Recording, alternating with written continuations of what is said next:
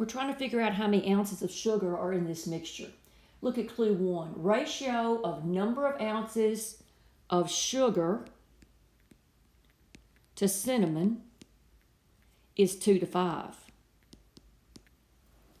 Well, that doesn't help me figure out how much sugar is in my mixture because I don't know how much my total mixture weighs. Look at clue 2. Mixture weighs more than 20 ounces.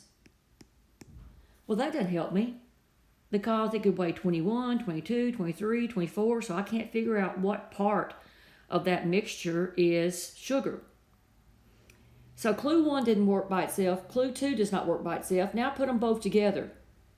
It's still not going to work because of this.